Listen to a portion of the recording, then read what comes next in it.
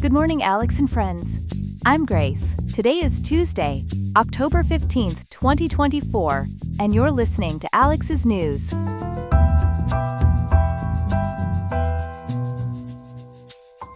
The high in Riverside today will reach 81.0 degrees, with a low of 60.6, so it's a great day to enjoy some outdoor activities. Coming up on Alex's News, we'll explore how the deployment of THAAD missile defense systems to Israel is impacting U.S. Army resources. We'll also delve into the challenges facing California's community college system and examine why it's reached a critical juncture. Finally, we'll look at how technology from the oil industry is driving innovation in geothermal energy production. Stay tuned for these stories and more on Alex's News.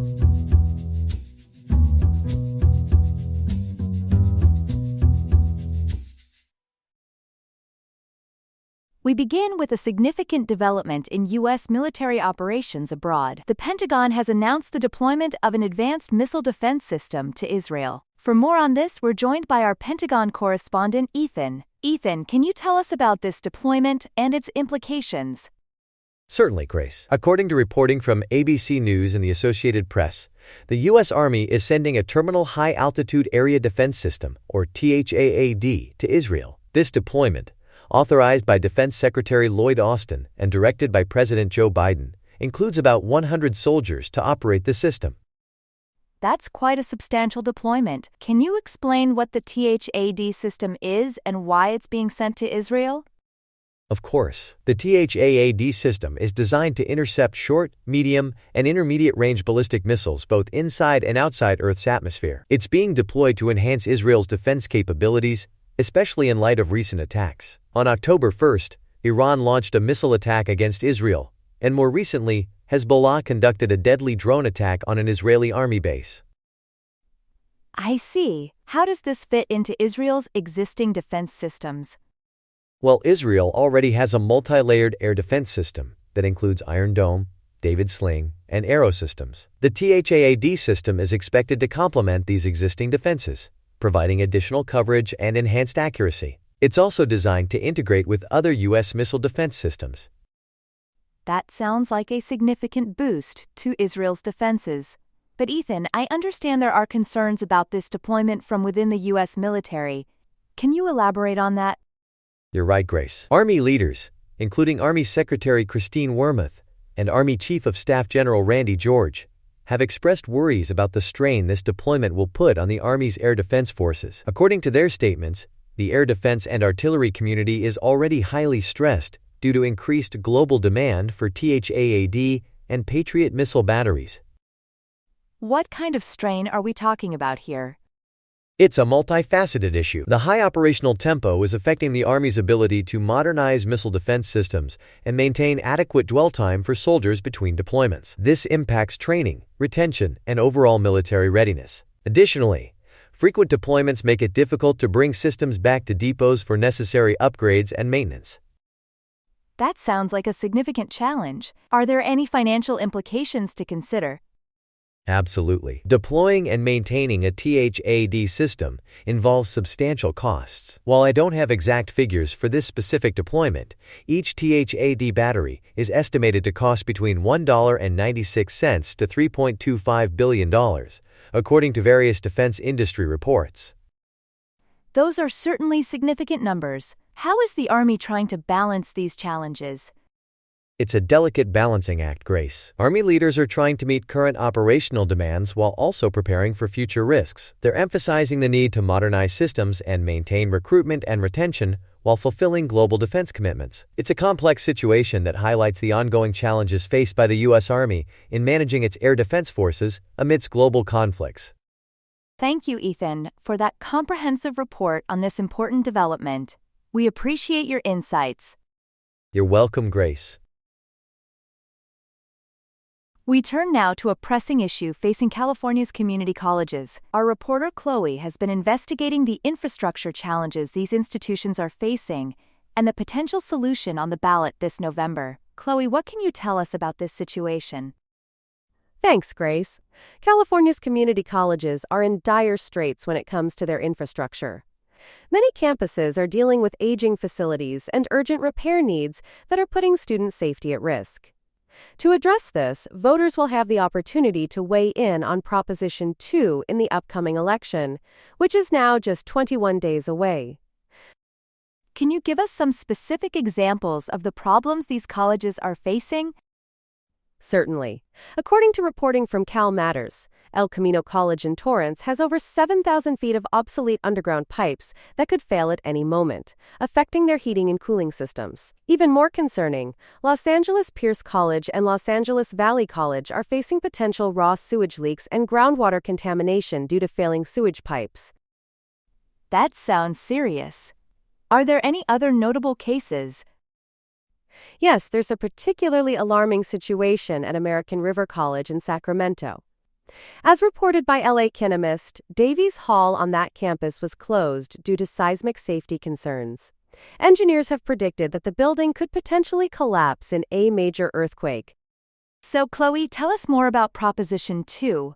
How would it address these issues? Proposition 2 is a $10 billion education bond that would fund critical repairs and new construction at community colleges, public K-12 schools, and charter schools. If approved, 15% of the total bond, which amounts to $1.5 billion, would be allocated specifically to community colleges. That sounds like a significant amount. Would it be enough to solve all the problems? Unfortunately, no. According to the Community College's Chancellor's Office, the estimated cost for all community college facilities repairs across the state is around $28 billion. So while $1.5 billion would certainly help, it falls far short of addressing all the needs. How would they decide which projects to prioritize? The Community College's Chancellor's Office will use a scoring system that prioritizes safety and urgent needs.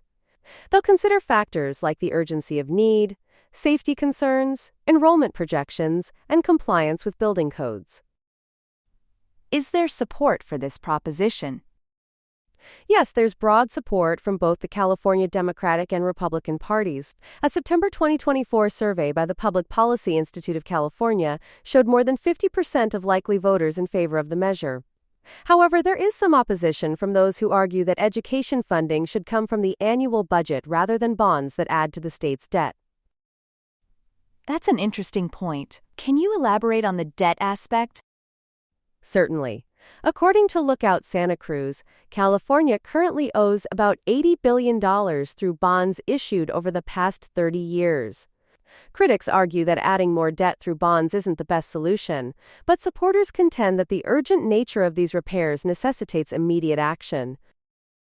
It's clearly a complex issue. Thank you, Chloe, for this comprehensive report on the challenges facing California's community colleges and the upcoming vote on Proposition 2. You're welcome, Grace. It's certainly a crucial decision for California voters to consider. Indeed it is. Thanks again, Chloe. Here are some other headlines. A significant archaeological discovery in Denmark has unearthed approximately 50 well-preserved Viking Age skeletons. The burial ground, located near Odense, contains remains of men, women, and children from around 850 to 900 AD. The exceptional preservation is attributed to favorable soil conditions. Researchers plan to conduct DNA analysis to gain insights into the health, diet, and origins of these individuals. In New York City, about 200 pro-Palestinian demonstrators were arrested outside the New York Stock Exchange. The protest, organized by Jewish Voice for Peace, called for the U.S. to cease military support to Israel and impose a weapons embargo. Protesters chained themselves to the exchange's doors and recited chants demanding an end to the conflict in Gaza. Mexico continues to grapple with a persistent homophobic soccer chant, despite facing sanctions from FIFA. The chant, typically shouted during goal kicks, has led to fines, match stoppages, and games played without spectators. With Mexico set to co-host the 2026 World Cup, there's increased pressure to resolve this issue before the global event. North Korea has escalated tensions by demolishing parts of inter-Korean roads and rail lines along the border. This action comes in response to alleged South Korean drone flights over Pyongyang. The destruction is seen as a symbolic display of North Korea's growing anger against South Korea's government, and aligns with recent orders to abandon the goal of peaceful Korean unification. We're turning now to a fascinating development in the world of renewable energy. Petroleum drilling technology is being repurposed to generate carbon-free power. Joining us to discuss this innovative approach is our energy correspondent, Ethan. Ethan, can you tell us more about this technology? Certainly, Grace. What we're seeing is a revolutionary application of drilling techniques originally developed for the oil and gas industry. These methods are now being used to tap into geothermal energy, offering a promising path towards carbon-free power generation. That's intriguing, Ethan. How exactly does this process work? Well, Grace, it's called Enhanced Geothermal Systems, or EGS for short. Companies like Fervo Energy are at the forefront of this technology. They're drilling deep wells, often over 13,000 feet underground, where they inject cold water into hot rock formations. This produces steam, which then drives turbines to generate electricity. That's quite deep. Are there any advantages to using these oil and gas drilling techniques for geothermal energy? Absolutely. One major advantage is the use of precision directional drilling. This allows for horizontal drilling and the ability to drill multiple wells from a single location, which reduces the surface footprint and drilling risks. Additionally, advanced drill bits made from synthetic diamonds have significantly reduced drilling times and costs. In fact, there's been an 80% reduction in drilling expenses reported. That's a substantial cost reduction. Can you give us an example of where this technology is being implemented?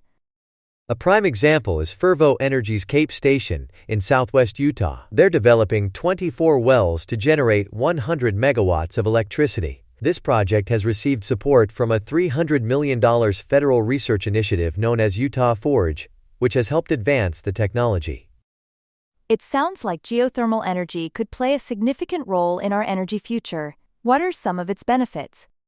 Geothermal energy provides a reliable, 24/7 source of clean power, which can complement intermittent renewable sources like wind and solar. It has the lowest land use requirements of any renewable energy source and can support other decarbonization efforts, such as direct air capture, green hydrogen production, and lithium extraction. In fact, the U.S. Department of Energy aims to significantly increase domestic geothermal capacity, potentially powering over 65 million homes by 2050. That's impressive, Ethan. But are there any challenges or environmental concerns associated with this technology? Yes, there are some challenges, Grace. One primary concern is induced seismicity. The injection of water into hot rocks can lead to minor earthquakes. Proper site selection, monitoring, and management are crucial to mitigate this risk. Water resource management is another important consideration. Although EGS reservoirs are typically much deeper than oil and gas reservoirs, reducing the risk of contaminating groundwater or surface water. How do the emissions from this process compare to traditional power generation methods? While the construction phase of EGS involves energy-intensive processes like drilling and transportation, which do contribute to greenhouse gas emissions, the overall life cycle emissions of EGS are significantly lower than those of fossil fuel-based power plants. According to reports, EGS emissions range from about 11.9 to 54.1 kilograms of CO2 equivalent per megawatt hour. It seems like there's still work to be done to perfect this technology. What's being done to address these challenges? You're right, Grace. Projects like Fervo Energy's Cape Station are likely employing advanced drilling and stimulation techniques, careful site selection and monitoring, and efficient water management practices. Ongoing research aims to reduce the environmental impact of EGS by developing novel technologies to enhance permeability without using water, improving heat exchange efficiencies, and increasing the lifespan of EGS reservoirs. Thank you, Ethan, for this comprehensive look at how petroleum drilling technology is being adapted for geothermal energy production. It's certainly an exciting development in the world of renewable energy. You're welcome, Grace. It's definitely a space to watch as we move towards a cleaner energy future. Indeed it is. That was our energy correspondent, Ethan, with our third and final story for this segment. Thank you, Ethan. That's all we have for now. Today's episode was made by Alexander King. with Claude Sonnet 3.5, the Perplexity API, and the Google Cloud Text-to-Speech API. I hope you have a great day. I'll see you tomorrow, Alex.